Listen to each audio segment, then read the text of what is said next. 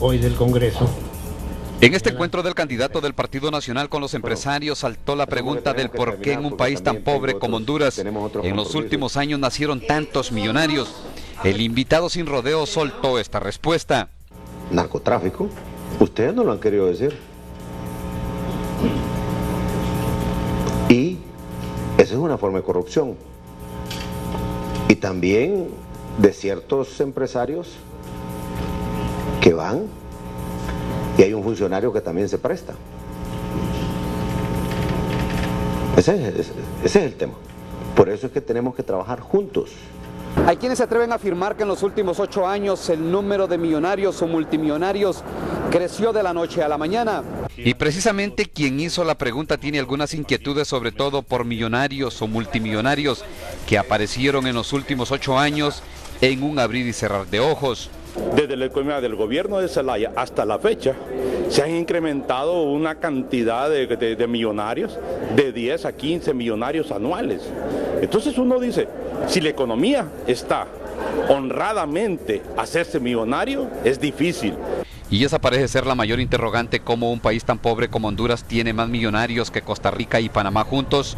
Según el reporte mundial de Ultra Rico 2013 publicado por la firma WellX Singapur, solo en el último año aparecieron 10 millonarios más en Honduras. Y para el candidato nacionalista esto no podría salir de otro lado que no sea del narcotráfico. Él tendrá información que nosotros no conocemos y lo importante es que él ya sea desde donde está y si llega pues a ser presidente, luche contra esta gente que al final no permite que haya una competencia sana, que haya pues una formalidad en las empresas y obviamente va contra todos los valores que tenemos los hondureños.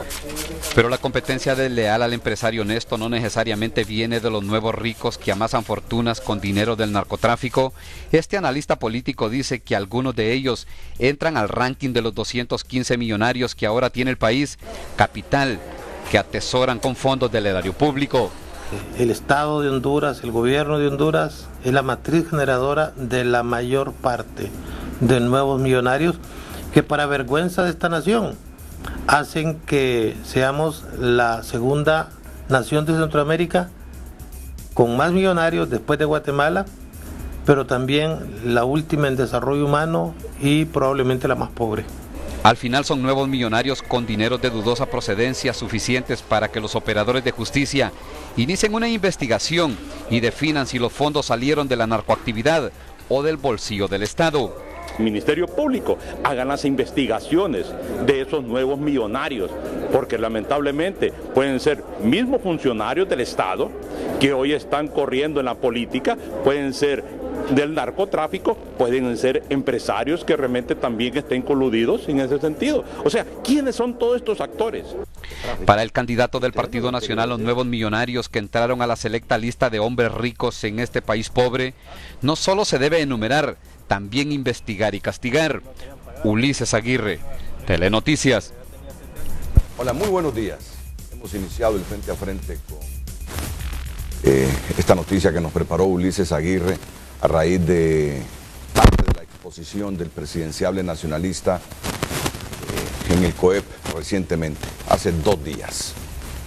A una pregunta fue claro, fue contundente y explicó que esos nuevos ricos de Honduras son fortunas provenientes del tráfico de drogas. No mucha gente se atreve a hacer esas expresiones y a ser tan contundente.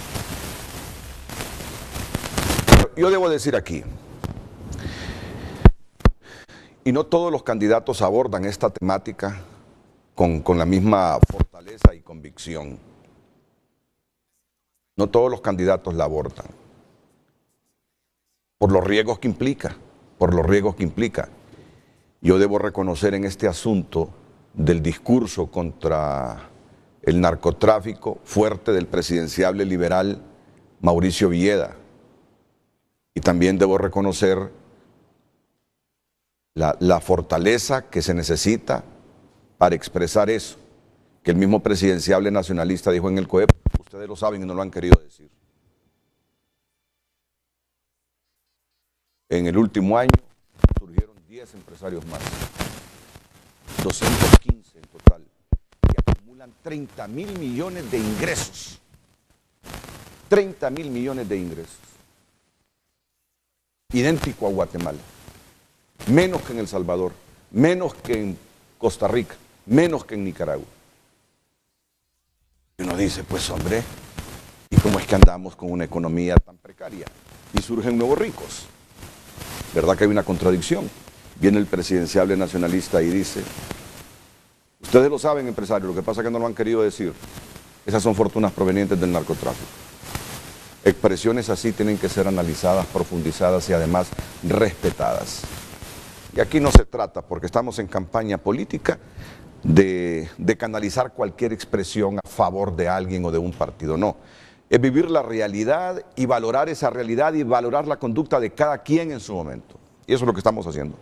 Por eso, para que no se me fuera a malinterpretar, dije que en este asunto del combate al narcotráfico, yo he visto, entre otros, a Mauricio Villeda fuerte, convincente y asumiendo riesgo, y ahora miro al presidenciable nacionalista sin demeritar algunas otras expresiones de presidenciables, porque bueno, al fin y al cabo, de alguna u otra manera todos se refieren a este asunto. Voy a iniciar con esto, unos 15 minutos, porque el tema central es la entrega del estandarte y del bastón de mando a los comandantes de la policía militar, tanto en Tegucigalpa como en San Pedro Sula. En directo, en unos minutos, tendremos al comandante de la policía militar para esta ciudad. Así que yo les pido su atención. Y además yo creo que va a ser importante porque siento que no todo mundo está claro en lo que esta policía militar hará. El titular de la prensa de San Pedro Sula hoy, la policía militar no hará patrullaje, solo operativo sorpresa. Hoy en el Día del Soldado entregan el bastón de mando a los comandantes que dirigen esta nueva institución. Yo desde las 6 de la mañana estoy escuchando informaciones de que la policía militar va a salir a las calles. Bueno, saldrá a las calles cuando haya un evento especial en el que tenga que intervenir hombres armados, investidos de autoridad y bien preparados en combate al crimen organizado y a la delincuencia común. Pero ya vamos a profundizar sobre eso. Antes salgamos de lo primero. ¿Sabe usted que el 60% de los ingresos del país, son concentrados en 215 personas? Que el 20% de la población de esos ingresos del país solo recibe el 2%. Fíjese bien, el 60% de los ingresos del país para 215 personas. El 2% de los ingresos del país para el 20% de las personas. ¿Sabe qué significa eso usted? Inequidad. Inequidad. Y la inequidad es caldo de la confrontación social. La inequidad. El tema no es fácil, ¿verdad? Pero vamos a tratar de simplificarlo. Está bien que hayan ricos, claro que es bueno que hayan ricos, que surjan ricos, que acumulen riqueza, reinviertan esa riqueza, generen empleo, eso es fundamental para que los estados salgan adelante.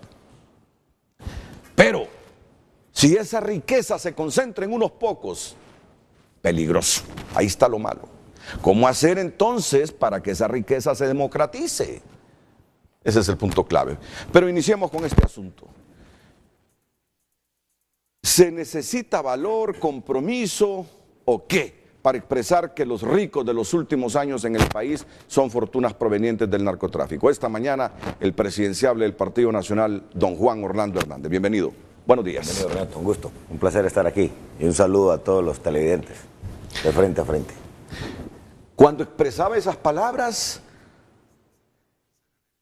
¿se sometía usted a un ejercicio mental de los riesgos que se corren?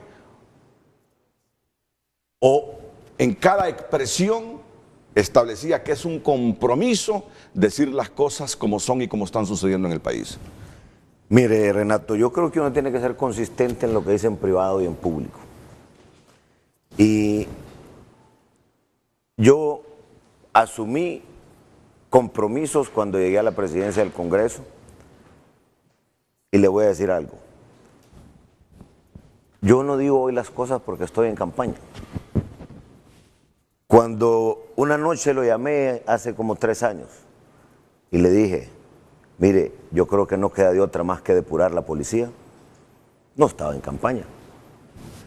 Me dijeron, no hay que meterse en eso porque es muy riesgoso, pero buena parte del sistema de corrupción que en el país tiene pasa porque los operadores de justicia, porque la policía, porque jueces, porque fiscales, no todos obviamente, pero varios, han estado coludidos con el crimen. Y todo este tráfico de drogas cuando pasa por Honduras, no solamente deja una estela de corrupción, sino de muchas muertes. Por eso cuando le entramos de frente a depurar la policía, a depurar el tema de la fiscalía, todos los operadores de justicia, cuando hablamos de las pruebas de confianza, cuando le entramos a la depuración del sistema educativo a través de la Ley Fundamental de Educación, son luchas frontales contra la corrupción. Y eso implica riesgos. Uno lo sabe. Pero yo le hago una pregunta. ¿Qué es más riesgoso? ¿Entrarle de frente a estos temas o dejar que el país termine así como en Somalia? Y mire lo que me decía el vicepresidente de Guatemala, don Eduardo Stein, hace más o menos unos 6 años. Palabras más, palabras menos, su introducción. Guatemala y Honduras son los 2 países con más desigualdades en el mundo. Y eso es ofensivo para cualquiera de nosotros. Porque usted no puede tener muy poca gente concentrando las grandes riquezas de Honduras y la mayoría de la gente, el 45%, 3.700.000 personas en Honduras, son parte de familias que viven con menos de $1 al día. Que sus casas, cuando usted va y entra, no tienen divisiones adentro. Solo son 4 paredes, con piso de tierra. Ahorita que viene el invierno se les humedece y en el verano es polvareda.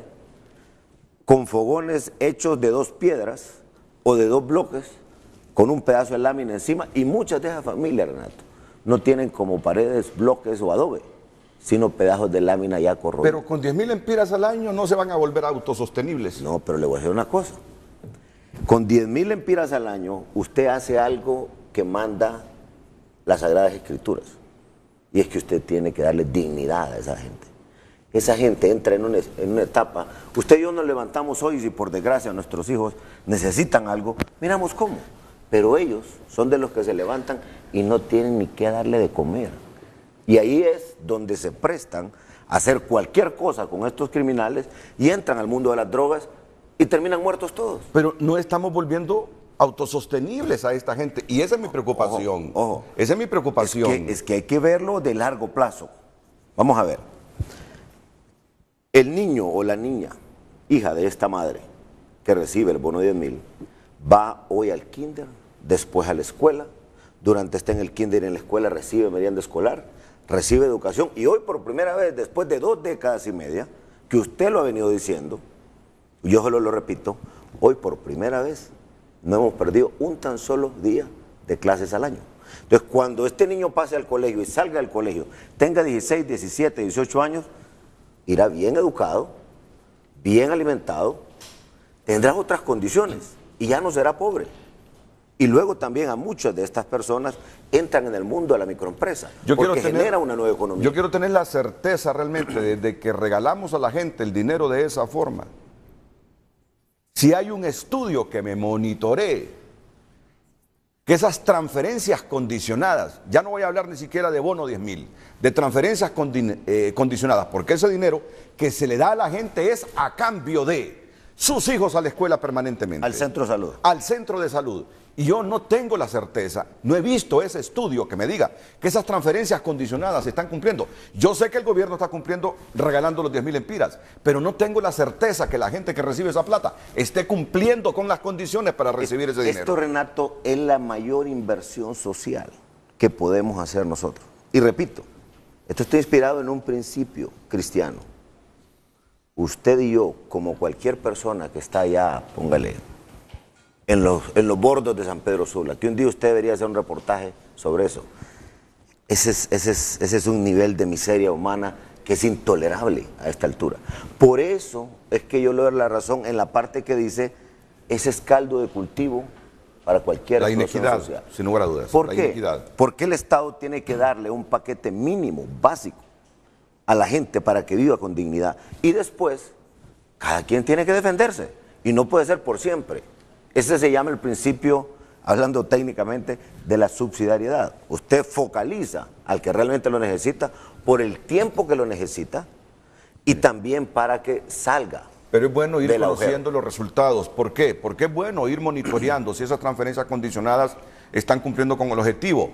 Porque esas transferencias condicionadas no es dinero que sale de los impuestos nuestros, son préstamos que contrata el Estado de Honduras. Entonces, No, y dinero nacional también. lo ideal es que así como nos estamos endeudando, así estemos asegurándonos de que las mamás van a los centros de salud cuando están en proceso de gestación para que esos niños sean un producto sano, que las mamás estén enviando a sus hijos a la escuela, que esos 800, 900 lempiras al mes no se estén diluyendo en otras cosas, que no sea el provecho de esa familia para un futuro mejor, porque eso es deuda, eso es deuda. Para contestarle, mire, un ejemplo desde el punto de vista práctico y otro desde el punto de vista técnico.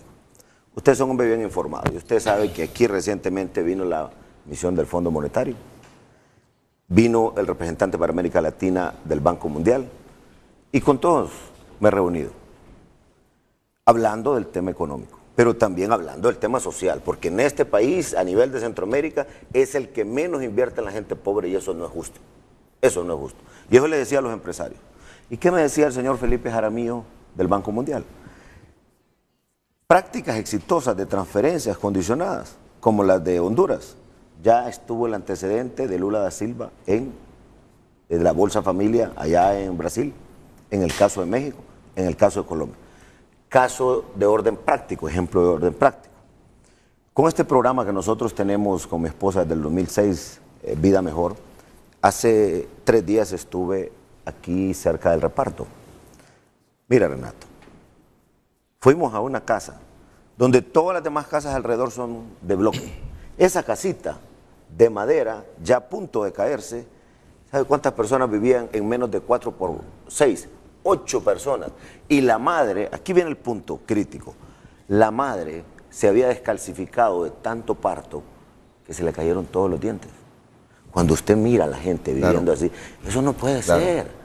Eso debería indignarnos a todos. Claro, y yo reconozco esa pobreza, pero también... ¿Y sabe qué me dijo ella? Aquí es donde viene para su satisfacción. Me dice, mire, con el bono ahora yo recibo charlas de cómo cuidar a mi familia y cómo cuidarme yo. Y le decía yo, no olvide, le pueden pedir, perdón para los que venden sodas, le pueden pedir una Coca-Cola o una Pepsi, pero dele a su hijo un vaso de leche. Le pueden pedir churros, dele un huevo. Le pueden pedir otra cosa, chucherías, como decimos nosotros. Alimente verdaderamente a su familia, porque ese es el otro tema.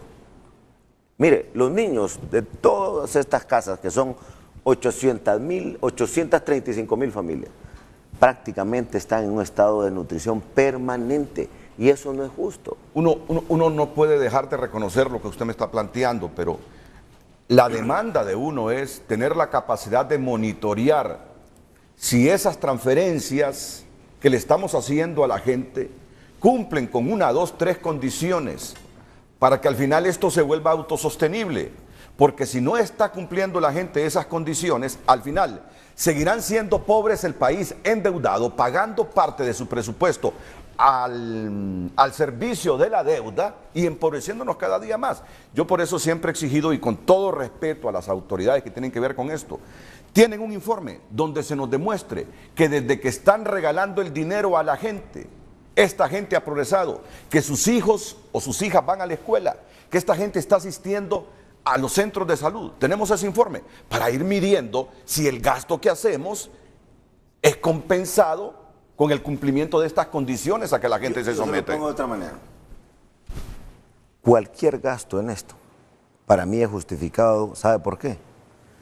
Porque le estamos dando a la gente que vive en condiciones infrahumanas, miserables, la oportunidad de comer, de que vaya a educarse, de que vaya al centro de salud, y estoy de acuerdo con usted, hay que monitorearlo, Pero en Honduras no podemos seguir siendo tan fríos, tan indolentes. Yo se lo decía a los empresarios, porque les digo, miren, este país, al igual que Guatemala, es de los más desiguales o hay más inequidad en el mundo. Y yo le dije al señor Stein, fíjese que yo creí, le digo que esos ejemplos eran de África. Yo creí que era Somalia, no, me dice, allá la mayoría no tienen nada. Pero aquí usted mira desde las más grandes excentricidades hasta la mayor de las miserias. Yo estoy totalmente de acuerdo en eso y cuestionamos esas excentricidades y ver esos extremos. Y el mundo de las drogas toma partida de esa miseria y cuando la madre o el muchacho está creciendo, de repente le llegan a meter en la cabeza, si vos trabajás con nosotros vas a ser millonario, aunque no dures más de 35 años. Pero yo quiero decirle hoy a los jóvenes de Honduras, el que se mete en el mundo de las drogas termina muerto. Y no es justificable lo que le dicen estos tipos. Mira, pero por lo menos vas a vivir millonario por unos 3, 4 años. ¿Y de qué sirve si lo terminan matando a él, a sus hijos y a toda la familia? Yo le digo, donde yo miro la debilidad del discurso es en el monitoreo. Es en el monitoreo. No somos indolentes, no somos fríos, No, pero no lo digo por usted. Yo lo entiendo. No lo digo por usted. Yo lo entiendo. Al ver que aquí tenemos extremadamente ricos, extremadamente pobres. Pero el problema es que volvemos más pobre al país si nos endeudamos para las transferencias condicionadas y no estamos midiendo los resultados. Yo lo único que exijo, con todo respeto, es resultados. ¿Cuántos años llevamos de estar regalando el dinero? Ya llevamos varios años. En eso yo coincido con usted. Ya llevamos varios años. La vida es de resultados. Por eso, yo también he dicho, en mi gobierno, el funcionario que esté, cuando se le nombre va a llevar un parrafito que va a decir, el presente nombramiento será válido siempre y cuando cumpla con esta tabla de desempeños. Caso contrario, automáticamente queda fuera, sin validez, el nombramiento. Porque también esa indolencia, esa haraganería, ha sido parte de los funcionarios que han estado, y también de este gobierno. Gobierno que prácticamente es de todos los partidos. Pero esa cultura del resultado, Renato, tenemos que instalarla en la administración pública. Usted se mide por resultados, usted estoy seguro que cada mes o no sé cada cuánto está midiendo cuál es su nivel de productividad. Pero eso debe ser también en la administración pública. Y tenemos que ser exigentes. Por eso es que este país está como está. Porque mire, a todo el mundo se le dejó que hiciera lo que quisiera. Muchos maestros antes no daban clase porque no se les exigía. Hoy, los mismos maestros no le hacen caso a la dirigencia magisterial cuando les piden que vayan a las casas, porque ahora saben que es un pecado, es un acto atentatorio contra el niño cerrar un aula. Igual, no se les pedía buen desempeño a los policías, se degeneraba la situación en una posta y se incrementaba la tasa y nadie les decía nada. Igual ocurría también en otros estamentos del sector público, fiscalía, operadores de justicia. Hoy ha llegado el momento de tener administración pública por resultados.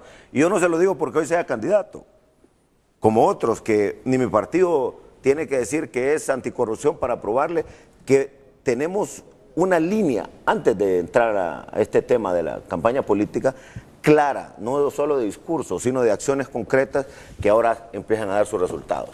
Ahora, nos desviamos unas milésimas del tema, unas milésimas.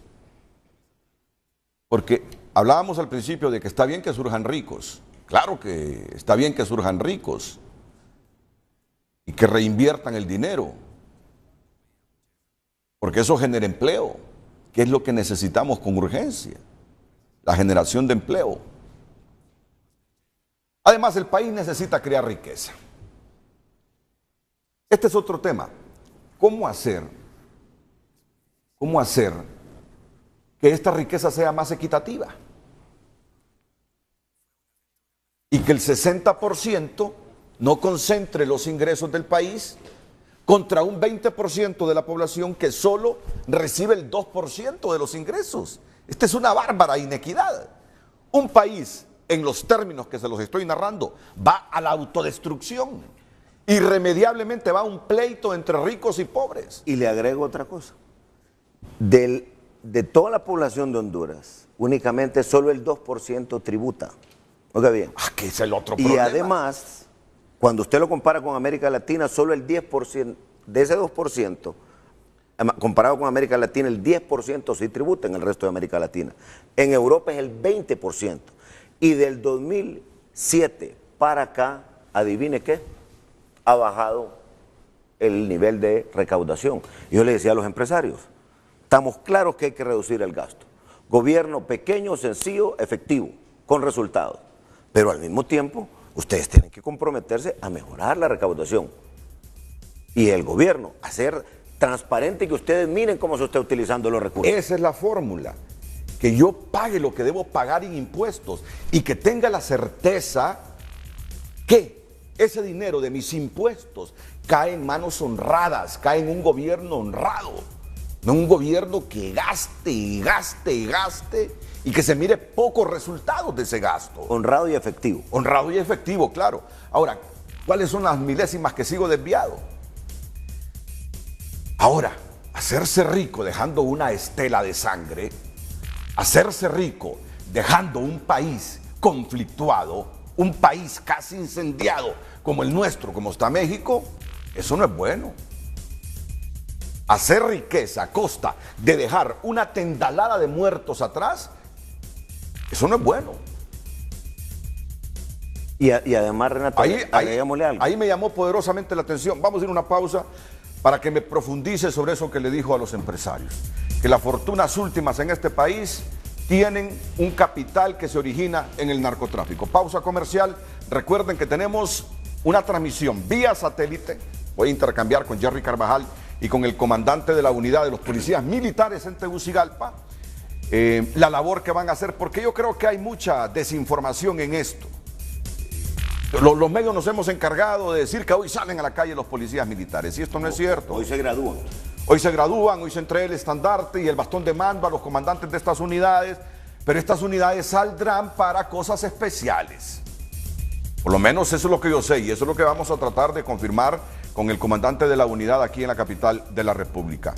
Atentos que ya retornamos con más y la respuesta del presidenciable nacionalista a esa expresión fuerte, contundente. Empresarios, ustedes lo saben, pero no lo han querido decir. Los ricos que han surgido en los últimos años en el país tienen un capital que proviene del narcotráfico.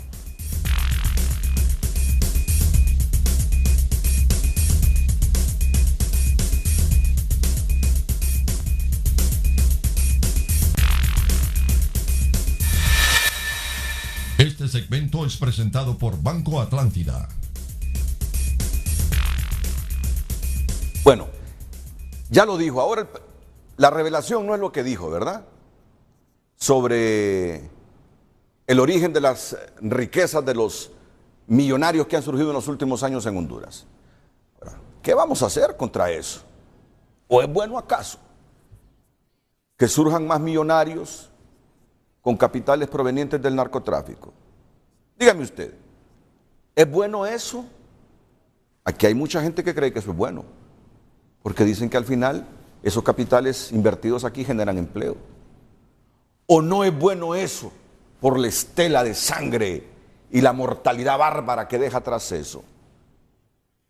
Visto así, ¿qué hay que hacer para que al país no le surjan millonarios con capitales provenientes del narcotráfico?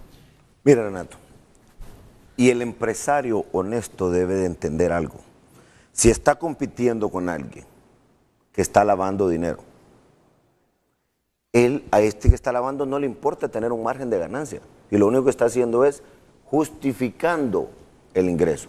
Por eso aprobamos una ley también contra el lavado de activos.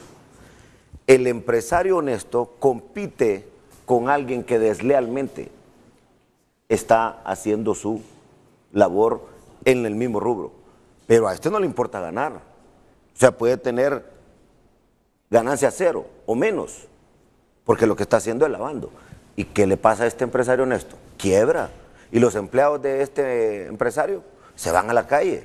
Pero el otro que está en esta otra actividad ilícita, ¿qué es lo que le pasa?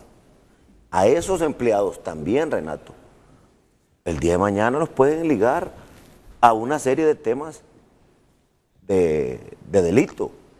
Pero lo peor del caso es que ni usted ni yo podemos estar tranquilos en nuestra conciencia si esa actividad genera muertes, baños de sangre. Y este país no puede seguir así. Estamos en la obligación de hacer lo que tengamos que hacer para parar eso. Porque si no, ni usted ni yo nos vamos a permitir que sus hijos, que sus nietos, que los míos, que los hijos de los que nos están viendo, los nietos, el día de mañana estén en algo peor que esto. Porque usted no nació en un Honduras así. Usted tiene una deuda con sus hijos. Y por eso le dije a los empresarios, si ustedes siguen callados y no dicen nada, o atemorizados, sin temor todos podemos tener. Pero el tema es que hay que entrarle al asunto. Igual como, mire ahora, ayer estuve con un grupo de policías en una posta y ¿sabe qué me dijeron después? Que ya no habían cámaras. Está bueno, abogado. ¿Sabe por qué? Porque a nosotros también nos amenazaban aquí. O sea, refiriéndose a los policías malos. Ahora empiezan a tener dignidad, pero el Estado también tiene que apoyarlos. Ahora, mire los maestros. Antes todos miraban esto como que era malo. Ahora la mayoría de los maestros están dando clase. Ya no le hacen caso a todos estos dirigentes que ahora van las planillas de libre con la intención de revertir, como dijo doña Xiomara, todo el proceso nuevo educativo que tenemos. Y por eso es que yo digo que aquí hay dos caminos. El camino de lo que ya vivimos en el gobierno anterior, de la confrontación, de la división, de no ponerle atención al tema de seguridad, ya sea por compadrazgo, por miedo, o porque solo estaban pendientes de la reelección. El camino de aquellos que permitieron que esto creciera a este nivel. El camino de los que no les importaba que los niños recibieran clase o no y que no recibieran su merienda escolar. Y el camino nuestro. Y ahí, con las disculpas a los demás candidatos, esas son las únicas dos opciones que hay. Y está claro. Mire, pero también, así como cuestionamos el surgimiento de ricos con capitales provenientes del narcotráfico por la estela de muerte que dejan, cuestionamos el surgimiento de ricos con dineros públicos o el surgimiento de ricos por tráfico del poder desde la administración pública. Eso hay que condenarlo también. A esos también, Renato, se les debe y se les puede incautar sus bienes por eso. Por eso es que es importante la depuración de todos los operadores de justicia. Porque entonces el pobre cree aquí que solo hay justicia para el rico, para el poderoso. Y esa inequidad también genera frustración. Y de eso se agarran otros que van y le hablan al oído a la gente y dice, no, es que conmigo vas a tener esto otro. Y son de los principales que han hecho desastres aquí. Mire, no quiero meterlo en ningún pleito, lo voy a decir yo. A los 100 días del gobierno anterior, yo estuve en su programa. Y yo le traje un informe de la cooperación sueca. Cómo se estaba despilfarrando el dinero de la estrategia de reducción de la pobreza. 3.500 millones de dólares disponibles para eso. ¿Y qué pasó? Hoy los que hoy están dirigiendo Libre, ¿dónde está ese dinero? Cuando yo voy a los pueblos de Honduras les pregunto, ¿vino ese dinero? Todo el mundo no. Ahorita la semana pasada en Las Vegas, Santa Bárbara, todo el mundo gritó, no, no llegó aquí. Pero una señora se dijo, salió en carretillas. Y ese es un camino. Y el otro camino. Aquí solo hay dos caminos en Honduras para estas elecciones. Yo no le puse a mi partido nacional Partido Anticorrupción. Ni empecé en mi acción política hablando de eso. Tomamos medidas para desentar, para evitar la corrupción en educación, en el tema de las tarjetas de crédito, en el tema de la depuración policial, de los fiscales, de los jueces, en el tema de la extradición. Y no lo hicimos, argumentando lo que ahora alguien argumenta, solo porque está en campaña. Es porque creemos que eso hay que componerlo. Miren, vamos a aprovechar porque la transmisión que vamos a hacer inmediatamente después de la pausa es vía satélite. Así que para nosotros implica una inversión. Claro, para Televicentro implica una inversión. Pero lo quisimos hacer por la fecha que es el Día del Soldado, el nacimiento del general Francisco Morazán. Por la presencia de esta policía militar que tanta expectativa ha generado en la población. Por eso medimos si podíamos salir con microondas y claro, como la ciudad tiene una geografía tan quebrada, desde donde se va a hacer la ceremonia más tardecito, casi no se mira el resto de la ciudad donde tenemos todas las microondas receptoras para hacer la transmisión. Por eso Televicentro ha hecho una inversión de satélite para sacar la señal, por lo tanto la vamos a primar. Es la policía militar que hoy recibe un estandarte, que hoy recibe los bastones de mando. ¿Una creación política de don Juan Orlando Hernández o es una policía militar que la necesitamos para que enfrente al crimen organizado, incluyendo el narcotráfico? Pausa comercial. Tendremos a Freddy Díaz Zelaya, comandante del Ejército, y a José López Raudales, comandante del primer batallón de la Policía Militar, inmediatamente después de la pausa. Y obviamente que sobre esta creación del Congreso vamos a hablar con don Juan Orlando Hernández, porque la expectativa es tremenda. La expectativa es tremenda, de eso tengo la plena seguridad. La pausa. Este segmento fue presentado por Banco Atlántida.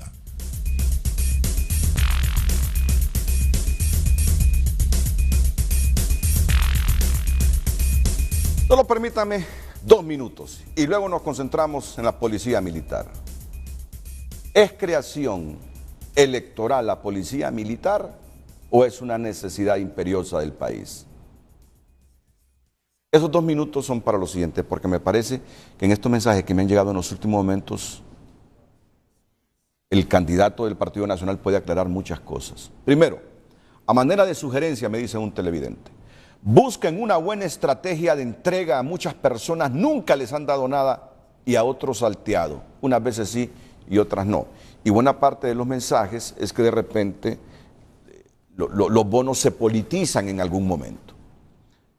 Pero me gusta la manera respetuosa como plantea el asunto el señor, o la señora, o la señorita. A manera de sugerencia, busquen una buena estrategia de entrega. A muchas personas con necesidad nunca les han dado nada. La otra pregunta, respuesta breve, porque ya vamos a la policía militar. No se le cree a Juan Orlando. En sus filas hay alcaldes metidos en narcotráfico. Ejemplo, me dice fulano de tal. Es un secreto a voces. Claro, como a mí no me consta, yo no puedo decir el nombre del alcalde. Tengan cuidado en eso, ¿verdad? Ustedes me lo ponen, pero si yo vengo y replico lo que ustedes me dicen, ¿cómo sustento yo después eso que usted me dice? Lo único que yo puedo hacer es mostrarle el mensaje aquí al presidenciable del Partido Nacional. Lo único, pero nunca decirlo en público porque no me consta.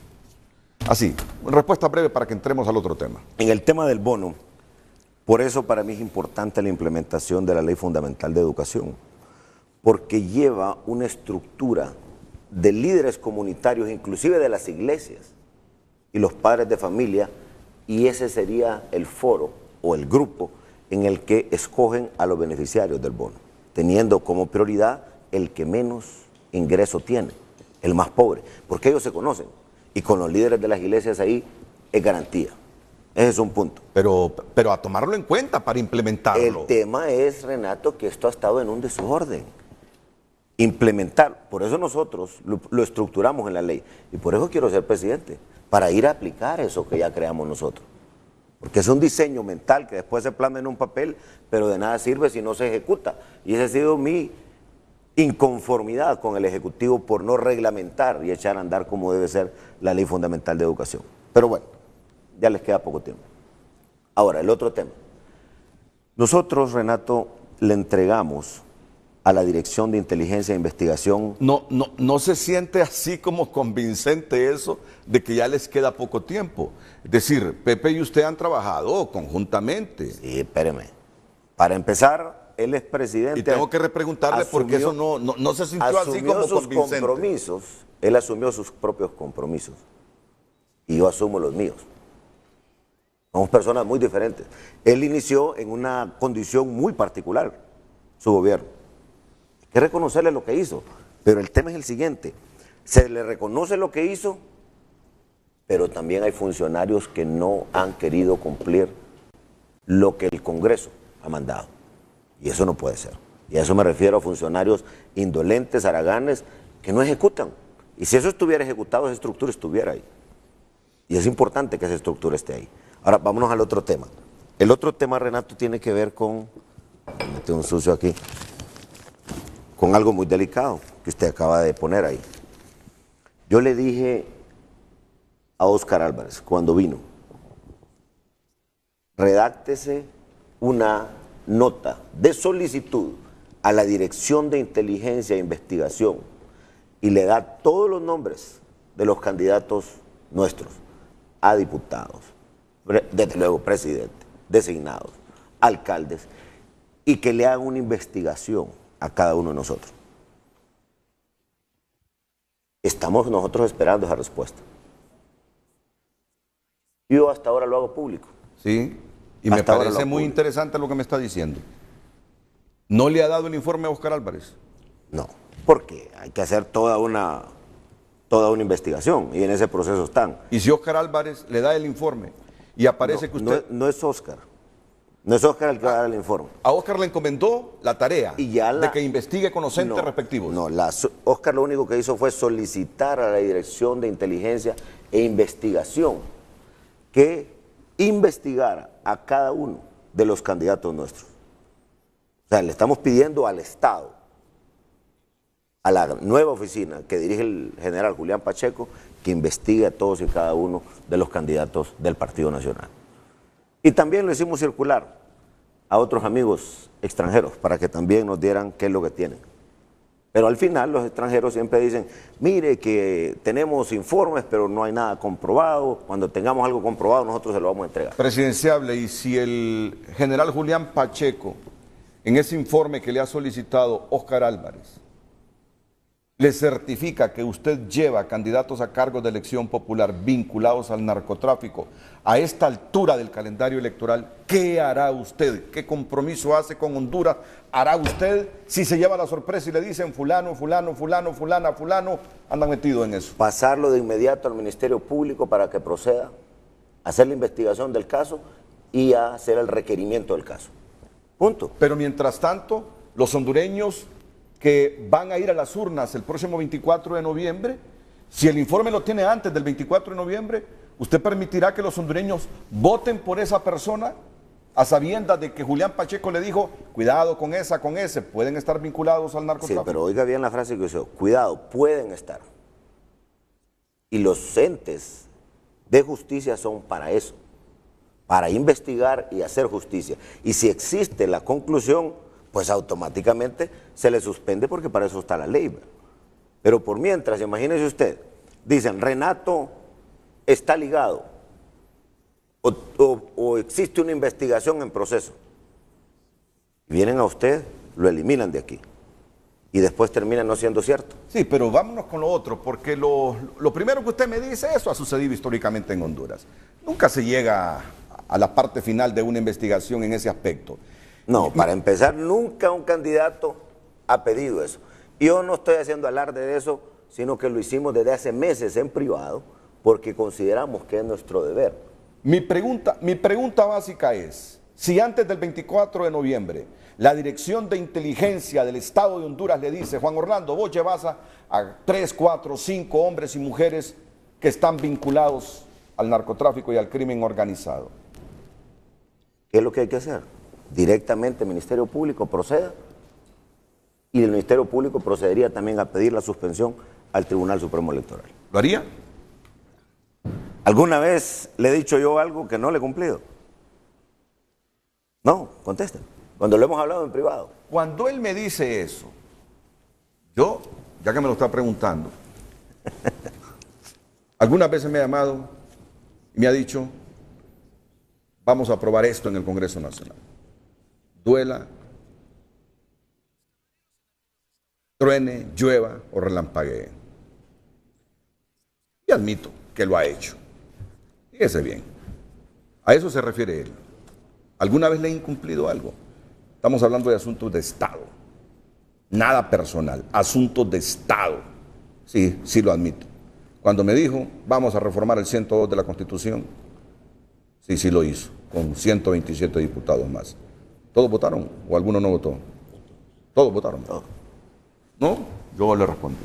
Pero claro, tengo la obligación de repreguntarle porque o algunas de esas personas, si aparecieran en un informe de Pacheco, me imagino que ha compartido con ellas si las lleva ahí en las planillas a cargo de Elección Popular. Siempre hay amistades, afectos, por eso le repreguntaba. Hemos sido terminantes desde el inicio, desde que yo inicié esta campaña. Yo dije, cuidado con recursos provenientes de intereses oscuros. Tengan cuidado. Y fue una advertencia en privado y después en público. Policía Militar es una creación política electorera de don Juan Orlando Hernández o es un instrumento que lo requiere Honduras con urgencia. Después de la pausa comercial, él me responde para interactuar entonces con José López Raudales, el comandante del primer batallón Policía Militar, y el comandante del Ejército, Freddy Díaz Zelaya.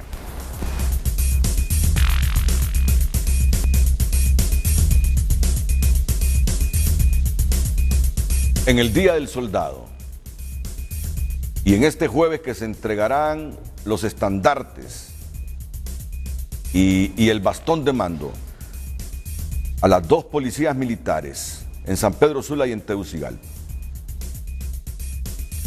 Esta policía militar es una creación, es un parto político electorero de don Juan Orlando Hernández, presidenciable del Partido Nacional, o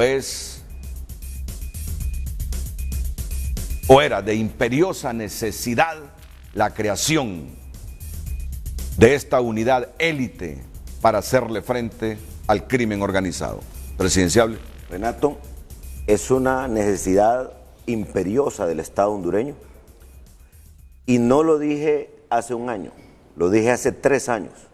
Me reuní con todos los comandantes de los batallones y la cúpula militar y les dije, señores, Honduras necesita que las Fuerzas Armadas esté al frente en la lucha contra la inseguridad, mientras la depuración policial no regresa a una policía fuerte, robusta y efectiva. Dimos la oportunidad a la policía de crear una fuerza de choque como esta, como la Policía Tigres, pero como han estado bastante diezmados hasta hace poco, han empezado a conformarla. Le dimos el mandato a las Fuerzas Armadas y mire, soldados ya antiguos de 2, 3 años ya pasaron por su proceso y ahora se gradúan. Para mí, Renato, este es el principal instrumento, siendo presidente, para que en los primeros 100 días usted mire resultados efectivos. Porque se necesita gente comprometida, gente bien entrenada, con toda la logística. Porque la gente, usted pudo ver la expectativa de la gente. Ahora lo que queremos son resultados. Y además esto va aparejado de algo muy importante. Jueces y fiscales que van a trabajar en conjunto con ellos, que no necesariamente el pueblo o los criminales van a saber dónde están. Podrán estar aquí o fuera del país. Porque lo que van a tocar son intereses muy, muy grandes. Esta es una herramienta fundamental. Y además en esta creación va algo muy importante, que yo quiero que el pueblo hondureño lo sepa, porque es parte de cambiar el modelo de la justicia. Un articulito bien sencillo.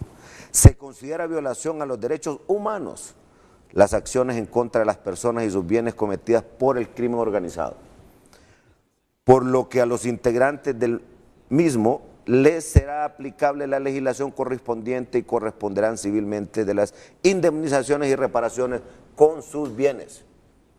¿Por qué? Aquí viene doña Berta Oliva y me ataca todos los días por la creación de la Policía Militar. Su compañero de trabajo, digo por Televicentro, el licenciado Narrala, dice que es mejor tener a los militares en los escritorios y no en las calles porque es un atentado al pueblo. Luego está doña Xiomara, que dice que regresaría a los militares a los batallones y no en las calles. Y tenemos esas posiciones, cada quien tiene derecho a exponerlas. Pero aquí yo quiero advertirle al pueblo hondureño, el 24 de noviembre se decide si la policía militar continúa o no. Yo tengo un sentimiento como encontrado. Mientras estamos creando este instrumento que nos costó, hubo mucha resistencia, si usted recuerda, para la creación. Lo tenemos ya disponible, pero también sabemos que hay candidatos que de llegar a ganar ellos, como lo han dicho, regresarían los militares a los batallones. O continúa la policía militar con sus 5.000 efectivos, para que Choluteca también tenga su batallón, para que también lo tenga Santa Rosa de Copán, para que lo pueda tener más ampliado el Valle de Sula, mientras la policía preventiva, la Policía Nacional, recupera su efectividad. Yo estoy convencido que las Fuerzas Armadas de Honduras son tan hondureños como usted y como yo, y tienen hijos, tienen padres, y también tienen que enfrentar esta lucha contra la inseguridad. Porque la policía se nos deterioró. Y a los que nos atacan, no podrán compartir conmigo estas y otras ideas, yo solo les voy a decir una cosa. Yo estoy convencido que al margen de que estén de acuerdo o no conmigo, el pueblo hondureño sabe cuáles son mis convicciones, y una de esas convicciones es hacer lo que tenga que hacer como presidente para erradicar la delincuencia y para volver a recuperar la paz del país. Y este es un instrumento poderosísimo para eso. ¿Electoralmente le ha servido a usted la creación de esta policía militar? Yo creo que la gente lo que hace es contrastar qué propuestas y qué resultados y con qué convicción cada uno de nosotros actúa.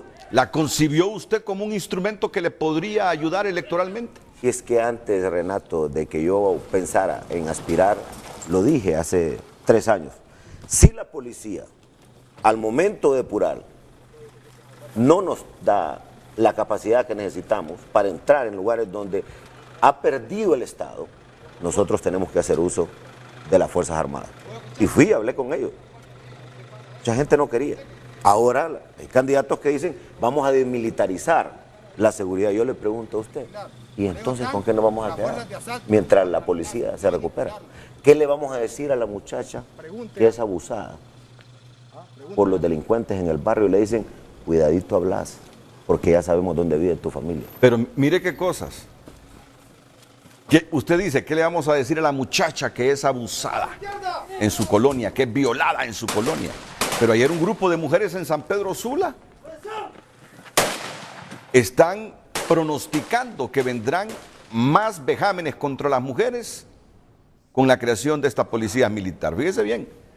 Bueno, yo espero que a esta altura nuestro equipo técnico ya nos tenga la señal desde donde se va a hacer entrega del bastón de mando y el estandarte. Esperaría que en los próximos segundos ya tengamos la señal. Pero antes vamos a escuchar a la periodista Silvia Flores con relación a la policía militar. Van a escuchar algunas informaciones adicionales y luego la visión que tienen las mujeres, por lo menos un grupo de mujeres de San Pedro Sula, de esta unidad que muy pronto... Un grupo de mujeres de derechos humanos que no les interesa a veces el derecho humano de las víctimas. Por eso lo estamos dejando en la legislación. Y mira, Renato, perdón, tengo que decirlo, aquí hay un tema ideológico. La izquierda radical en cualquier país del mundo lo primero que hace es destruir las Fuerzas Armadas y crear algo a su servicio. Aquí está en juego eso también. No nos engañemos. Mire, por ejemplo, operaciones antidrogas exitosas fueron a decir a Washington que era un atentado contra los derechos humanos. Ajá. ¿Y por qué no se preocupan por los derechos humanos de la pobre gente que es víctima de toda esta secuela de matanzas, de secuestros, de extorsiones, producto de esta descomposición? Aquí hay sectores políticos que en su momento hicieron alianza con el crimen organizado. En su momento, en la administración anterior, llegaron al tal, dijeron, bueno, hagamos un pacto, pues. Fue beneficioso ese pacto después de ver lo que ha ocurrido. ¿Qué pasó cuando el expresidente Reina dijo, vamos a eliminar el servicio militar obligatorio? Probablemente con buena intención, pero se degeneró tanto. Al separarse la policía de las Fuerzas Armadas, no se le dio un seguimiento para que los protocolos de desempeño, de disciplina, de resultados, estuvieran ahí presentes. Eso es lo que nos ha heredado. los que han gobernado. Usted me deja sorprendido con sus revelaciones. ¿Qué tipo de pacto hizo el gobierno de Mel Zelaya con el narcotráfico? Si usted lo puso en sus noticias, yo aquí tengo algo. Déjeme ver si lo encuentro aquí rapidito. Mire, aquí usted lo sacó en sus noticias y otros medios también. Mientras lo encuentra el presidenciable nacionalista Juan Orlando Hernández, vamos a escuchar este grupo de mujeres de San Pedro Sula que cuestionan la creación de la policía militar y la respuesta pendiente del presidenciable del Partido Nacional. ¿Qué pacto hizo Mel Zelaya con el narcotráfico que él nos dice esta mañana? Primero Silvia Flores. Nuevos elementos surgen en la investigación en la masacre que se registró ayer en la colonia 10 de septiembre de Chamelecón. El fiscal adjunto Rigoberto Cuellar asegura que en el menor tiempo se dará a conocer quiénes fueron los responsables de este abominable crimen en el que perdieron la vida 6 miembros de una misma familia. Hemos coordinado de manera muy eficiente con la policía, igualmente lo haremos como lo hemos estado haciendo con el Poder Judicial, a efecto de, número 1, dar con los responsables y presentar los requerimientos fiscales que correspondan, y número 2, garantizar en coordinación con el Poder Judicial que este tipo de actos reciban una sentencia condenatoria ejemplificante, pero en el menor corto tiempo posible, ¿no? Cuellar agregó que el Ministerio Público no se quedará de brazos cruzados hasta lograr la captura de los hechores. En relación con este caso, 9 personas fueron capturadas, entre ellos un menor en el sector de Chamelecón, en donde el ejército y la policía incautó 9 armas de fuego. Las autoridades dijeron que los operativos serán frecuentes en la zona, con el objetivo de reducir la violencia producto de las extorsiones a familias que viven en el sector. El Foro de Mujeres por la Vida se manifestó en contra del funcionamiento de la nueva policía militar por el temor a que las agresiones contra las féminas aumente en el país. Nos preocupa regresar a los años pasados donde los militares en mal uso del poder tuvieron una serie de violaciones a los derechos humanos de nuestra población que está documentada en informes nacionales e internacionales. La policía militar no es más que el retorno a la militarización de la policía y representa un retroceso en materia de seguridad y derechos humanos, según el Foro de Mujeres por la Vida. Bien, 2 respuestas. Eso que dicen este grupo de mujeres, este grupo de mujeres de derechos humanos en San Pedro Sula, y lo otro que usted me ha recordado esta mañana. ¿Qué tipo de pacto fue el que tuvo Mel Zelaya con el narcotráfico? Yo le pregunto a las mujeres que están ahorita haciendo ese planteamiento, ¿qué prefieren? Empecemos a hablar de los derechos humanos de las víctimas también. ¿Qué más desastre el que hemos heredado? Si este es el país que por semanas ha sido el país más violento del mundo. Entonces no hay que hacer nada, pues. Hay que seguir como estamos. No, para atender a las mujeres que están siendo, entre otros grupos y todos los hondureños, atacadas por la delincuencia, para eso es la policía militar. Le contesto lo otro. Este es el proceso del año jueves, no recuerdo de qué año, pero aquí está el proceso digital, mire, diálogo con pandillas y seguridad. El presidente Zelaya, iniciando su gobierno, dijo que se sentaba a dialogar con las maras. No sabemos qué resultó de eso. Yo lo que le puedo asegurar hoy es que las estadísticas del gobierno anterior son las más altas en cuanto al ascenso en crecimiento de la tasa de muertes por cada 100.000 habitantes. ¿Sabe cuánto es? 80.54% creció la tasa de muertes. Y mire cómo se comporta esto a través de la historia. Y esto lo menciono para que no volvamos a cometer ese mismo error. Mire, tasa de homicidios en términos porcentuales de crecimiento. Mire aquí el gobierno de Reina. Ya Colombia empezaba a presionar todo el problema que tenían allá y empezaba a actuar. Mire cómo sube, 8%, 10% cuando Flores, cuando Maduro baja, y aumenta interanualmente 29 en la época de Mel, 18, porque va de arrastre ahorita con Pepe, pero ya se está bajando. Ahora, mire, gobierno anterior, 80.54%. ¿Por qué? Probablemente por ese pacto, por colusión, o porque estaban dedicados únicamente a la reelección del presidente anterior, o ¿por qué? Porque pudiera ser que le dieron prioridad a otras cosas, pero el tema de la seguridad, nadie habló de depurar la policía, de depurar operadores de justicia, de exigir resultados, de entrarle al tema de la seguridad. Usted me mencionó la palabra colusión. ¿Cree que Mel se coludió con el crimen organizado?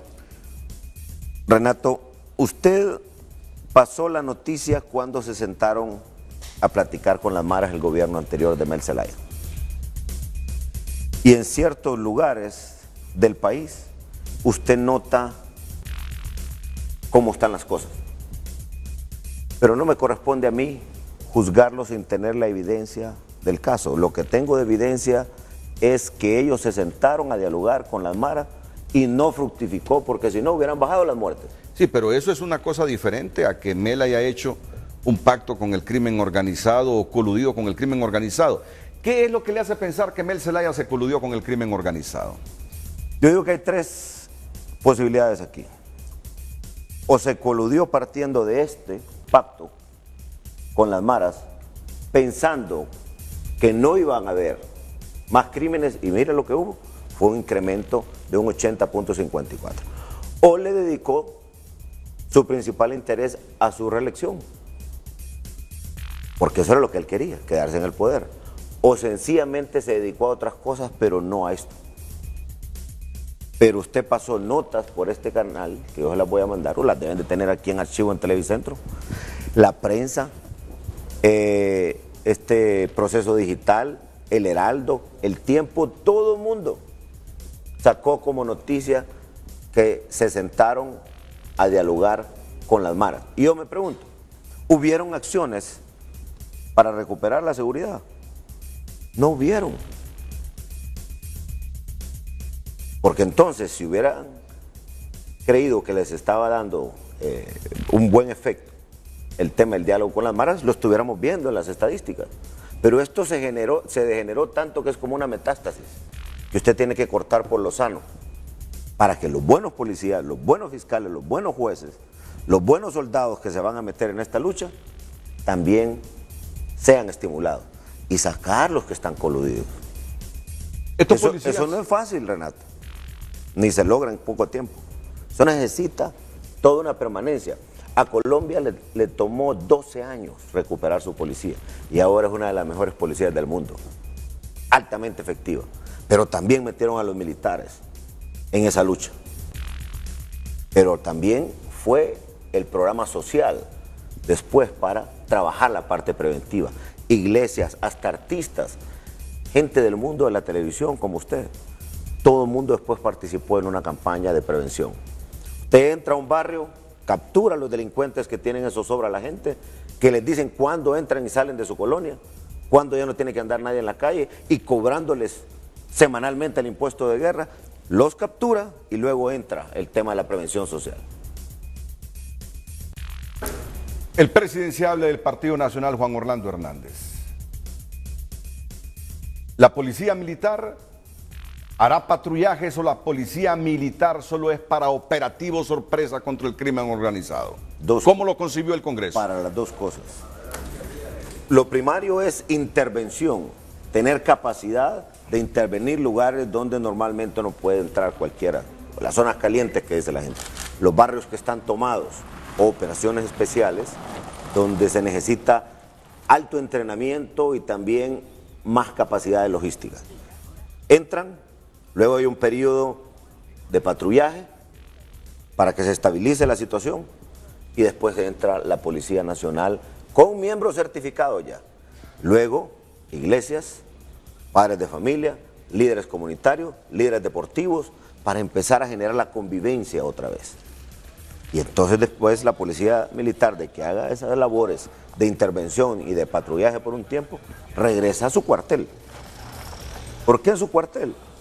Porque ahí está protegido y también no solamente está protegido de un ataque, sino de contaminación.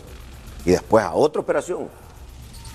Yo quiero aprovechar hoy, porque no sé si se ha hecho, pedirle al Ministerio Público, pedirle a la Corte Suprema de Justicia que nombre los fiscales y los jueces, porque ya la Policía Militar está lista. Sobre esto, yo le tengo un comentario que hizo ayer el consejero de la Judicatura, Teodoro Bonilla, sobre este asunto, muy importante. Y lo voy a decir a manera de reclamo. Se creó el Consejo de la Judicatura. Y ahora ahí están los consejeros denunciando, cuestionando que no se han reunido con quien preside el Consejo de la Judicatura. Unos minutos, porque hay que eficientar las cosas en Honduras. Hay que eficientar las cosas en Honduras. Resultados. No hay que dormirnos, que hay mucha gente dormida. Y el país cada vez peor en materia de seguridad. Pausa y retornamos.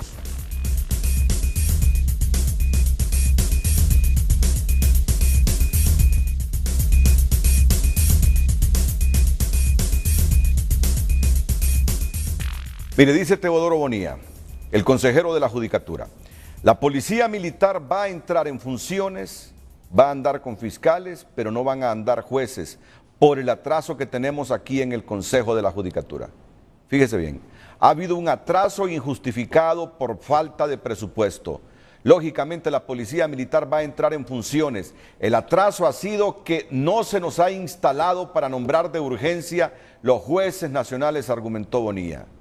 Demandó que las autoridades deben proceder a la mayor brevedad a instalar ese consejo, organizarlos y hacer el nombramiento inmediato de los jueces con jurisdicción nacional que van a acompañar a la nueva policía militar. Y la redacción de la noticia es, el funcionario acotó que el Consejo de la Judicatura prácticamente está en el limbo porque no los han instalado y tampoco se les ha asignado el presupuesto, ni se han programado sesiones con el titular de la Corte Suprema de Justicia y presidente de ese consejo, Jorge Rivera Avilés. Señaló que el atraso se aduce por la falta de presupuesto y en ese sentido los miembros del consejo están dispuestos a no recibir salario en este mes, ya que se puede hacer posteriormente, pero sí exigen que se les instale para comenzar a trabajar. Llamen la atención, hombre, este país no puede seguir con tanta indolencia.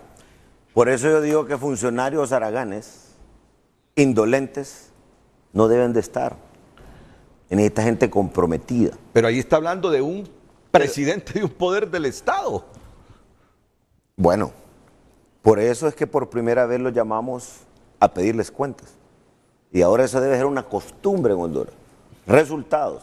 Mire, el tema del presupuesto es una excusa, le voy a decir por qué. Para eso está la tasa de seguridad. ¿Qué hace usted con 400 millones de lempiras durmiendo ahí? Cuando se necesita que estos policías tengan un juez que autorice el allanamiento sin que nadie sepa y un juez que esté protegido. Habría que llamar públicamente al Consejo de la Judicatura, al presidente de la Corte. El Congreso lo hizo desde hace ya un mes. Llamar y si no, de los jueces nacionales que tienen ahorita, pueden ponerlo inmediatamente. O sea que esa no debe ser excusa. El fiscal tiene varios fiscales que ya están certificados, deben de ser certificados, ahí deberían de estar ya. Porque mire, las Fuerzas Armadas ya está lista. Ahora necesitamos el resto de los operadores de justicia. Ya esta señal nos está llegando en vivo. ¿Desde dónde? Academia Militar Francisco Morazán. Renato, usted debe exigir resultados también. Por la tardanza en la señal. Imagínese hace cuánto está esta gente esperando ahí. No, pues yo tengo aquí mis jefes superiores que les voy a poner de manifiesto esto. Sí, no, y está bien que me lo digas públicamente. Estaba viendo que el equipo que tiene también se le cae cada rato. Bueno, pero esas son nimiedades. Ahora, para que haga bien su trabajo. No puede ser que un consejero de la Judicatura esté diciendo que esta policía militar no saldrá con jueces porque no se les ha instalado, porque no se les ha convocado a ninguna reunión y arguyen que no hay presupuesto. Fíjese bien, yo creo que el Estado debe reaccionar y resolver eso. Fíjese bien con las extradiciones, ¿qué nos están diciendo? Que no hay logística, que no hay seguridad para los jueces que van a ejecutar las extradiciones, que no hay seguridad para los hijos de los jueces, para los sobrinos de los jueces, para los abuelos de los jueces, para los papás de los jueces. Ayer escuchaba al magistrado Víctor Martínez. Dice, no tenemos seguridad ni para los hijos de los jueces, ni para los sobrinos, ni para los abuelos, ni para los hermanos, ni las hermanas. Presidente de la Corte, ¿qué dijo? La falta de logística, por eso se atrasa la ejecución de extradiciones. Y ahora que no hay jueces para que acompañen a la policía militar. ¡Caramba! Mire, Renato, yo le voy a decir una cosa. Es normal el temor, pero usted debe sopesar entre el temor y su compromiso con el país.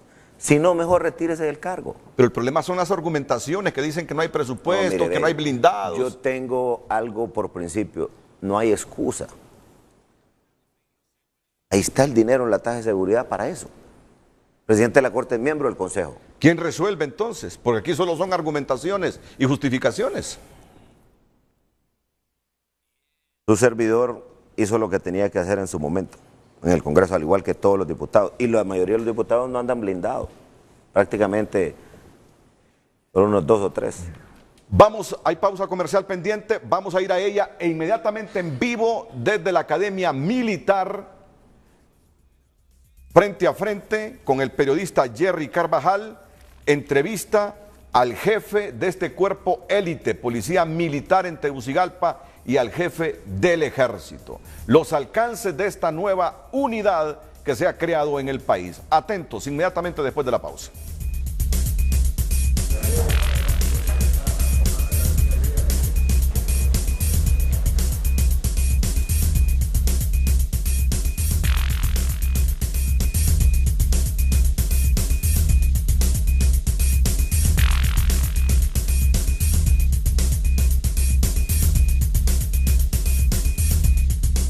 Bien, vamos con Jerry Carvajal hasta la Academia Militar Francisco Morazán para conversar con el comandante del ejército, Freddy Díaz Zelaya, y con el comandante del primer batallón de la Policía Militar, José López Raudales. Jerry, bienvenido, buenos días. Buenos días, Renato, un saludo a todos los amigos televidentes y en este día también un saludo especial a todos los soldados que conforman las Fuerzas Armadas de Honduras, ya que hoy se celebra el Día del Soldado, también se conmemora o se celebra, mejor dicho, el natalicio del general Francisco Morazán Quesada. Me acompaña, como usted lo ha dicho, el comandante general del ejército, el general Freddy Díaz. ¿Qué simboliza el traspaso del estandarte? Bueno, es una ceremonia muy emblemática que es parte de nuestro protocolo militar, donde se le entrega el bastón de mando al comandante que ha sido asignado para comandar la unidad, y también el estandarte, que él es el emblema que él tiene que defender y que tiene que trabajar fuertemente para poderlo siempre mantener incólume y en un sitial de honor. Bueno, justamente cuando inician las operaciones ya en el campo de acción esta Policía Militar del Orden Público. Tengo entendido que hoy es el traspaso de mando, pero que luego ustedes van a estar ya a disponibilidad de los tribunales de justicia, del Ministerio Público, para actuar de forma coordinada en operaciones inicialmente focalizadas. Bueno, es todo un proceso en primer lugar, de certificación del personal, de adiestramiento, también de capacitaciones muy especiales y también, como usted lo ha dicho, la coordinación muy estrecha tanto con el Poder Judicial como con la Fiscalía. La ley que fue aprobada en el Congreso nos da instrucciones claras, nos da un mandato claro y que tenemos que hacerlo en el marco de la ley, y en ese proceso estamos. Estaremos listos para que cuando se dé esa orden, los batallones de policía militar, tanto aquí en el centro, en la ciudad capital como en San Pedro Sula, puedan salir a hacer esa gran misión en protección de nuestra población y siempre para apoyar la noble misión de la Policía Nacional. Hay preocupación de algunos sectores que dicen que una vez los militares en las calles se puedan contaminar con el contacto con los criminales. Bueno, estaremos a prueba. Estaremos a prueba si ha funcionado un sistema de principios y valores que hemos practicado a lo largo de nuestra carrera. También todo el sistema educativo de las Fuerzas Armadas. Cada oficial sabe su responsabilidad, tiene clara su misión y después de eso sabe que cada día, cada misión está en riesgo el prestigio de él y el cargo que se le ha confiado. En ese sentido, confiamos en todo lo que hemos hecho hasta ahora, en la noble misión de las Fuerzas Armadas, de todos los trabajos que se hacen a diario para poder tener un soldado certificado y para poder tener un soldado altamente capacitado y siempre defendiendo los más sagrados intereses de la nación. Hemos visto que durante los últimos días esta policía militar se ha entrenado en operaciones urbanas, en operaciones de asalto a donde se centran los delincuentes. Bueno, es todo un abanico de misiones que se han practicado para poder estar siempre listos para poder cumplir con la misión. El soldado hondureño hemos tenido como patrón de conducta y como una norma de que tenemos que estar capacitados, tenemos que estar bien enfocados a la misión y de esa forma cumplir con todas las tareas que puedan ser asignadas en el transcurso del desarrollo, del desempeño de esta misión. Confiamos plenamente en que los soldados que han sido asignados a los batallones de policía militar, sea esta la categoría de oficial, la categoría de suboficial, la categoría de tropa, de personal auxiliar, son soldados comprometidos, son soldados que están listos para, como nosotros hemos prometido a través del tiempo y como nosotros hemos jurado ante el altar de la patria, ante la bandera nacional, que estaremos listos para ofrendar nuestra vida, si es necesario, en defensa de los más sagrados intereses de la nación. Este traspaso de lo que es el bastón de mando es simultáneamente en Tegucigalpa y San Pedro Sula, donde van a operar estas dos unidades o estos dos batallones. Claro que sí, las ceremonias son simultáneas. En San Pedro Sula estarán también autoridades de las Fuerzas Armadas haciendo esta misma ceremonia, entregando el estandarte al comandante de la unidad y también el bastón de mando. Eso ha estado planificado y ya estamos listos para poder hacer simultáneamente estas dos ceremonias. Bien, muchas gracias al comandante general del Ejército, Freddy Díaz. Le pedimos que se mantenga todavía acá porque estamos en vivo en esta histórica transmisión vía satélite desde la Academia Francisco Morazán. Y me acompaña también, Renato y amigos televidentes, el comandante del primer batallón de la Policía Militar de Orden Público, quien estará al frente de esta delicada misión, el teniente coronel René Orlando Gómez. Teniente, ¿en qué han consistido todos estos entrenamientos previos? Nuestro entrenamiento ha estado orientado, se ha orientado toda esta capacitación para que el policía pues tenga la capacidad de poder desenvolverse frente a su población, apoyar a su población y de esta manera pues contribuir al mantenimiento del orden y proteger los bienes de las personas y garantizar también sus derechos humanos. Hemos visto operaciones urbanas. Ustedes se van a focalizar en parte de su misión en esto. Sí, el personal se ha estado fuertemente preparándose en toda esta serie de actividades como lo es operaciones urbanas, combate cercano, con el propósito pues de que cuando ya nos toque entrar en operaciones y tengamos pues que entrar a una casa, a un edificio en busca de malvivientes o personas pues de que atentan contra la seguridad de la ciudadanía, pues tengamos éxitos en el desarrollo de las diferentes actividades. Hemos visto entrenamiento físico arduo, intenso, y también me ha llamado poderosamente la atención que también se han preparado en ese combate cuerpo a cuerpo. Hemos visto que han traído instructores en lo que son las artes marciales. Efectivamente, el entrenamiento físico, la exigencia física es bien rigurosa y se le exige pues al policía militar que dé pues toda su capacidad y que aprenda pues todas las destrezas de defensa personal, ya que el día de mañana se puede ver pues visto en situaciones de un ataque con arma blanca, otro tipo de instrumento o inclusive con las mismas armas de fuego, y de esa manera pues el soldado podrá contrarrestar ese ataque o esa intención de los malvivientes o los delincuentes, pues, y que puedan atentar también contra la vida, no solamente de los ciudadanos, sino que también de nuestros policías militares. ¿Cómo va a ser esa coordinación con el Ministerio Público y también con el Poder Judicial? Tiene que hacer una coordinación muy expedita en el sentido de contar con el apoyo de ellos, pues tanto de los jueces y los fiscales que estarán con nosotros trabajando a la par, y estarán pues también ellos acompañándonos en las diferentes operaciones que la policía militar tenga que hacer en los diferentes barrios y colonias, a fin pues de, como les decía, de garantizar la seguridad tanto de las personas como de sus bienes.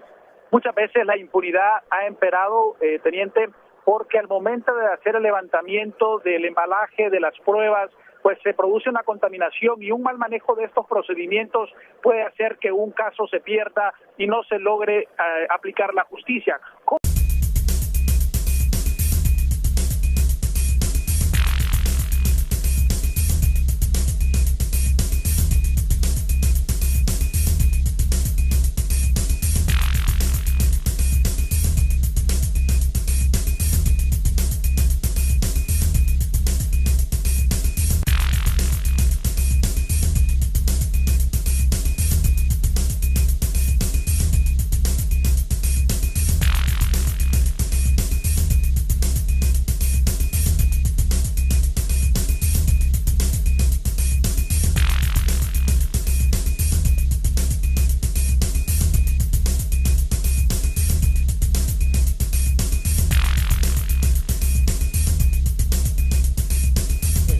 Hoy del Congreso.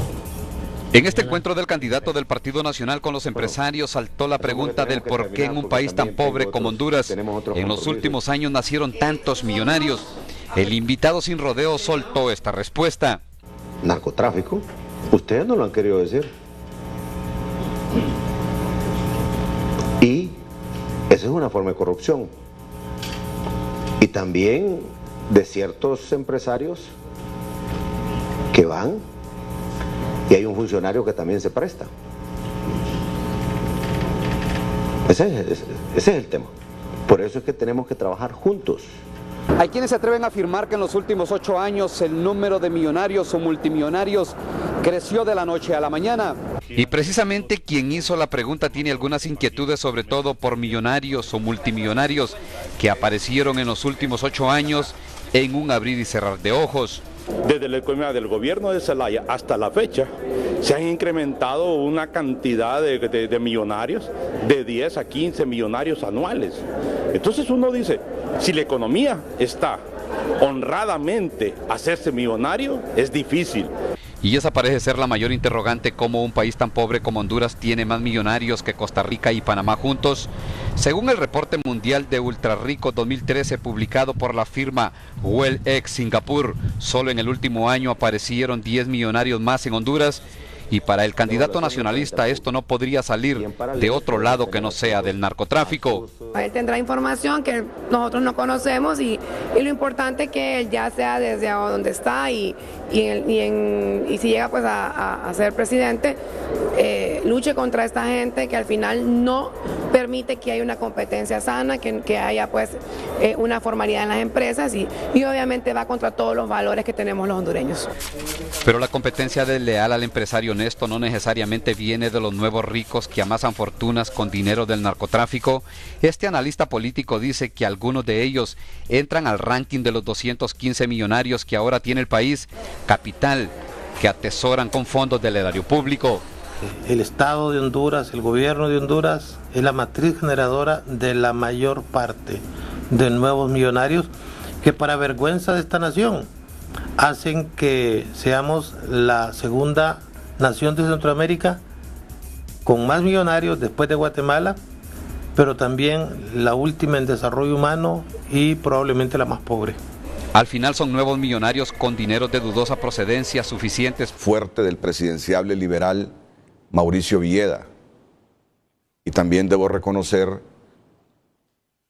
la fortaleza que se necesita para expresar eso, que el mismo presidenciable nacionalista dijo en el COEP: Ustedes lo saben y no lo han querido decir. En el último año surgieron 10 empresarios más, 215 en total, que acumulan 30.000 millones de ingresos. 30.000 millones de ingresos. Idéntico a Guatemala. Menos que en El Salvador, menos que en Costa Rica, menos que en Nicaragua. Y uno dice, pues hombre, ¿y cómo es que andamos con una economía tan precaria? Y surgen nuevos ricos. ¿Verdad que hay una contradicción? Viene el presidenciable nacionalista y dice, ustedes lo saben, empresarios, lo que pasa es que no lo han querido decir. Esas son fortunas provenientes del narcotráfico. Expresiones así tienen que ser analizadas, profundizadas y además respetadas. Y aquí no se trata, porque estamos en campaña política, de canalizar cualquier expresión a favor de alguien o de un partido, no. Es vivir la realidad y valorar esa realidad y valorar la conducta de cada quien en su momento. Y eso es lo que estamos haciendo. Por eso, para que no se me fuera a malinterpretar, dije que en este asunto del combate al narcotráfico, yo he visto, entre otros, a Mauricio Villeda fuerte, convincente y asumiendo riesgo. Y ahora miro al presidenciable nacionalista sin demeritar algunas otras expresiones de presidenciables, porque bueno, al fin y al cabo, de alguna u otra manera todos se refieren a este asunto. Voy a iniciar con esto, unos 15... Para que los operadores de justicia inicien una investigación y definan si los fondos salieron de la narcoactividad o del bolsillo del Estado. Ministerio Público hagan las investigaciones de esos nuevos millonarios, porque lamentablemente pueden ser mismos funcionarios del Estado que hoy están corriendo en la política, pueden ser del narcotráfico, pueden ser empresarios que realmente también estén coludidos en ese sentido. O sea, ¿quiénes son todos estos actores? Para el candidato del Partido Nacional, los nuevos millonarios que entraron a la selecta lista de hombres ricos en este país pobre, no solo se debe enumerar, también investigar y castigar. Ulises Aguirre, Telenoticias. Hola, muy buenos días. Hemos iniciado el frente a frente con esta noticia que nos preparó Ulises Aguirre a raíz de parte de la exposición del presidenciable nacionalista en el COEP recientemente, hace 2 días. A una pregunta fue claro, fue contundente y explicó que esos nuevos ricos de Honduras son fortunas provenientes del tráfico de drogas. No mucha gente se atreve a hacer esas expresiones y a ser tan contundente. Pero yo debo decir aquí, y no todos los candidatos abordan esta temática con la misma fortaleza y convicción. No todos los candidatos la abordan. Por los riesgos que implica, Yo debo reconocer en este asunto del discurso contra el narcotráfico, minutos, porque el tema central es la entrega del estandarte y del bastón de mando a los comandantes de la policía militar, tanto en Tegucigalpa como en San Pedro Sula. En directo, en unos minutos, tendremos al comandante de la policía militar para esta ciudad. Así que yo les pido su atención. Y además yo creo que va a ser importante porque siento que no todo mundo está claro en lo que esta policía militar hará. El titular de la prensa de San Pedro Sula hoy, la policía militar no hará patrullaje, solo operativo sorpresa. Hoy en el Día del Soldado entregan el bastón de mando a los comandantes que dirigen esta nueva institución. Yo desde las 6 de la mañana estoy escuchando informaciones de que la policía militar va a salir a las calles. Bueno, saldrá a las calles cuando haya un evento especial en el que tenga que intervenir hombres armados, investidos de autoridad y bien preparados en combate al crimen organizado y a la delincuencia común. Pero ya vamos a profundizar sobre eso. Antes salgamos de lo primero. ¿Sabe usted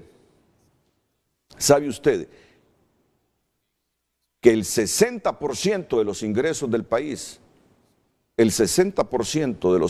país, son concentrados en 215 personas? Que el 20% de la población de esos ingresos del país solo recibe el 2%. Fíjese bien, el 60% de los ingresos del país para 215 personas. El 2% de los ingresos del